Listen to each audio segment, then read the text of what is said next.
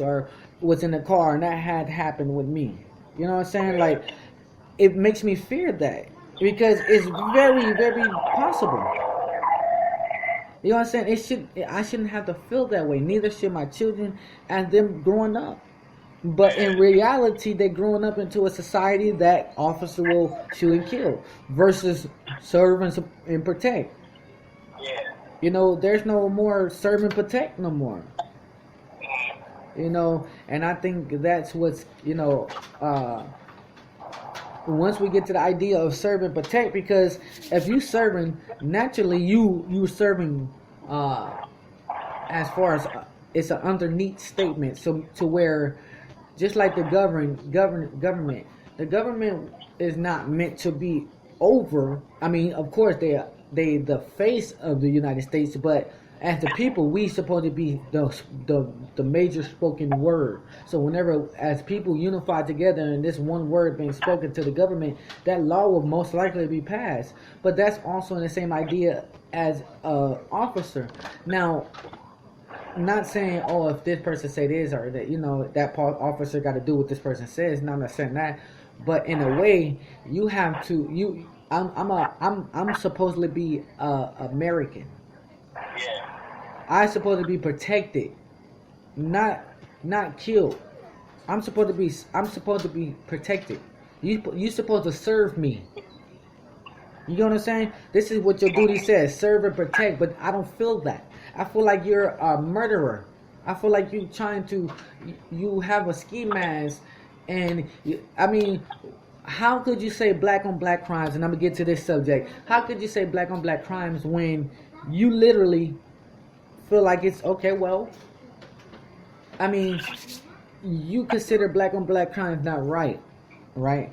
But then again, you killing all black people. You're becoming a murderer. Not just black people, but they also kill different races in the past. They also slammed. I was looking at a video on Facebook and YouTube. Man, this officer, I'm telling you, this dude is huge, and he body slammed this lady on the ground. I seen that one too. Yeah. I'm like, wait, hold on. Okay, can nobody? I don't care what force she's using. She's a woman. Your power, she cannot overpower you. And she didn't show no signs of weapons on her or anything.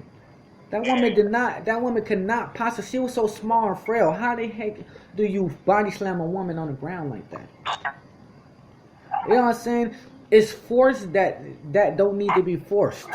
You don't need to force none of that. Come at me. But you know what it is, though? You know what it is? Because they do stuff like that, and they only get a little slap on the wrist. Oh, you can't come to work for 2 weeks, but you still getting paid, but you spend it with pay. Like, they don't care because they don't suffer no consequences. It's basically like, that badge is basically a get out of jail free card, basically. They can basically just kill somebody and get away with it. And still walk on the street. All because they had a badge. It's okay because they had a badge. Right, they got the authority to do so, and that's what the badge symbolizes now. That's what it seems like it symbolizes. And I remember when I was a kid, I used to want to be a cop, man. But that's also I fear for the good cops is, because I don't get me wrong, I believe in the good cops, but even the good cops, if you ain't gonna stand up and do something about the corruption, you just as bad as they are. That's my perspective, maybe. Huh? And his little protest. Snoop Dogg said he dealt with 90% good cops and 10% bad cops. So you can't really just classify all, just say fuck the police, all police is bad. Right. Everybody's not correct.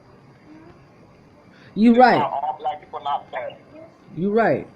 Now, what I mean, I'm not gonna say like, okay, this cop is, this cop haven't done anything, but what I mean by like it's just as bad because you just sitting there, you have the authority, what's going on, you hear all what's going on, but you're not speaking up or you're not saying anything about it. Now, don't get me wrong, there are cops that are speaking up against it, and I really do appreciate those cops because they're the inside.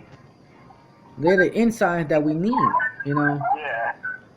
But matter of fact, man, tell me about the movement. What's going on in Riverside, man? What's going on? Tell the people about that. And this is for anybody that's in Riverside, California. Anybody that's in California, What's going on in California, my brother? First and foremost, I'm on 1%. So if I cut off, you know why. But basically, we just fed up with everything that's been going on in the world. Like, everybody's mad. Not just black people, everybody's mad. Black people's mad. White people's mad. Arabs is mad.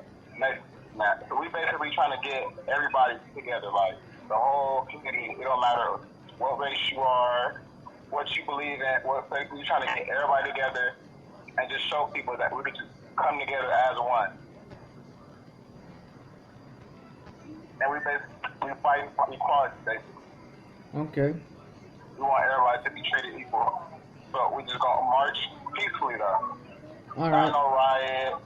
We're not gonna be out of control. We just gonna march peacefully, follow all the rules. But we're gonna say our chant. We're gonna have people preach to people and say how they feel and all that. Okay. We're just trying to get heard, basically. Right. I get you. I hear you, brother. And where would this Where would this be taking place? Like what? Downtown, okay, we're meeting up at downtown at City Hall Down, at 12 p.m. and that's in Riverside. Downtown City Hall, Riverside. California. Riverside, California. Downtown City Hall, Riverside, California. That's where 12 anybody. p.m. At what time? 12 p.m. At 12 p.m. We're Okay. going to march from there to Riverside Plaza.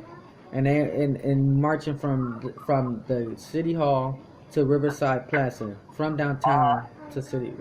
From at 12 p.m. That's when it starts. Yeah. Okay.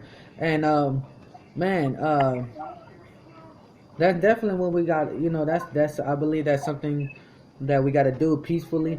I believe this is another movement. You know, as you know, if Martin Luther King was able to see these type of things that's going on, of course he'll be in a bittersweet moment. I think he'll be bitter because what really have changed. But I think it would be sweet to him because all of what he had done is continue fighting for. We continuously fighting for what he believed in, as far as freedom, as far as all these things. His legacy is constantly living, and I feel like that's important. I feel like anybody that's listening to the podcast, if you are in California, go to the march.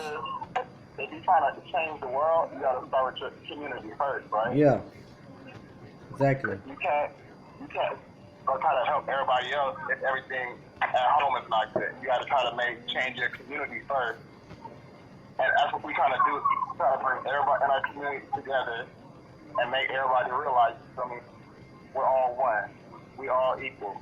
We all come together and do something positive, and we're not tripping off race, gender, sexuality, religion, none of that. Right. We're humans right now. We're all human. We all one right now. Coming together, sorry about we can all be equal. We can all get along. Right. Mm-hmm. Definitely, I definitely agree with that. I'm trying to see who this guy. Somebody commented. Let's see. Oh, yeah, I just say yeah. Huh? Hello? Yeah. Oh, I was talking to somebody in the background, my bad. Oh, y'all good. So yeah, we just hoping that everything goes good. Like, we're not out there looking for no trouble. We just want to keep with this, like, no trouble. We just want to get our voices heard and express how we feel, but peacefully, though. Exactly. Because if you go for violence, that's not going to solve things. You can't go eye for an eye. That's what you know. Like the shooting in Dallas. I'm not too sure if you heard. Well, see, I'm not too sure. I don't know, because now I'm hearing that it was a white man that. Yeah, white nationalist. That's what I'm hearing too. So I'm all like, wait, what? So all this talk about, you know, that black man, he shouldn't have did that, blah, blah, blah. But it wasn't even a black man, as far as I hear. You know, I don't know if there's truth behind it, but if it was a white man, then, you know, we just getting hammered down because the idea of the black man, you know, killing off, you know, it was 11 injured, what, 3 or 4 dead? Like 4 dead, yeah. Yeah. See, what I I don't know wanna. about that. It's starting to sound like a conspiracy now. Because first, they blamed somebody at first, and then it turns out it wasn't him. And then they said they captured somebody, but check this out. They killed him with a robot. Just when they start killing people with robots. Oh yeah, I heard about that. That's weird to me. I haven't got the full story on that. Like, tell me about how that happened. Like, I haven't. I mean, under him, like, somebody just told me that he was in a parking garage and they were negotiating with him for hours, and they sent in the robot and blew him to pieces, right? But Right. had his ID to identify him. If you blow somebody to pieces, when their ID get burnt up too, right? That's Oh yeah. So wait, first off, how do you get his ID without, like you said, yeah, burning up the whole body? Plus the ID would have went it too, but that just make you, huh? You blew him up. So basically, they blew him up with an explosive robot, but somehow they got his ID to identify him. But he has no Facebook, no Twitter, no Instagram, no records on Google. Like, that's just weird.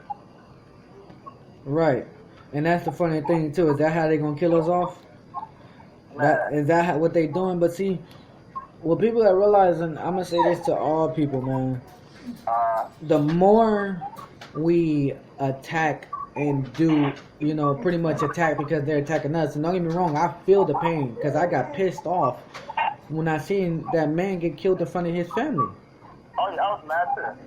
Like, come on, man. Like that's just like below the belt hit. Now, I'm not saying all the other killings was not wrong because they all were, but you shot this man in front of his family in his car on Facebook, like where you just didn't care.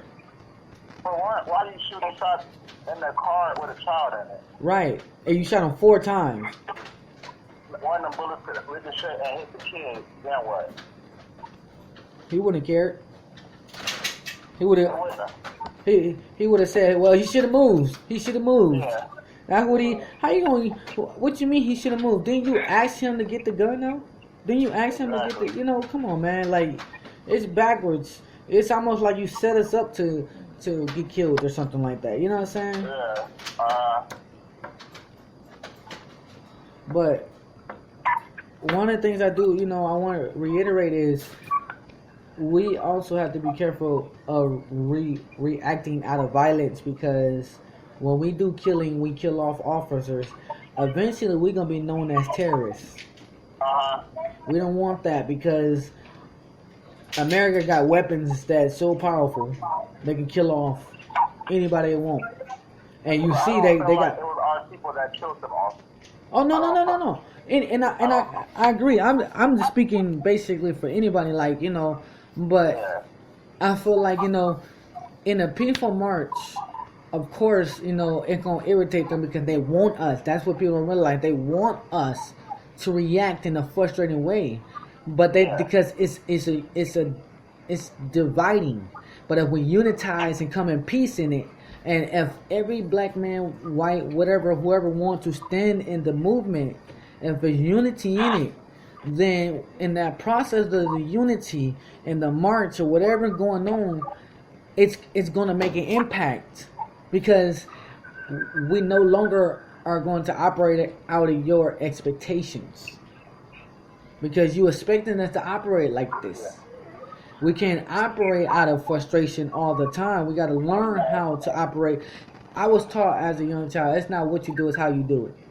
Yeah.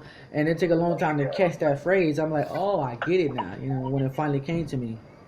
But for the most part, man, we don't be wanting, that's what I fear. I fear that we will become known as a terrorist eventually, because, well, for one, we're being killed off and we're getting frustrated, then we go and kill back. We murder back, and it's just pretty much like a war. I was looking on Facebook. It was funny because it was on one of the posts where it's Bloods and Crips together, but it was also Hispanics and all the gang members, and it had said on top of it, it's like, this is what the government is really afraid of. I'm all like, I wonder if that's it, huh? That's what they afraid of, the unity. That's real, though. Yeah. That's what it, and that's why I laugh. I'm all like.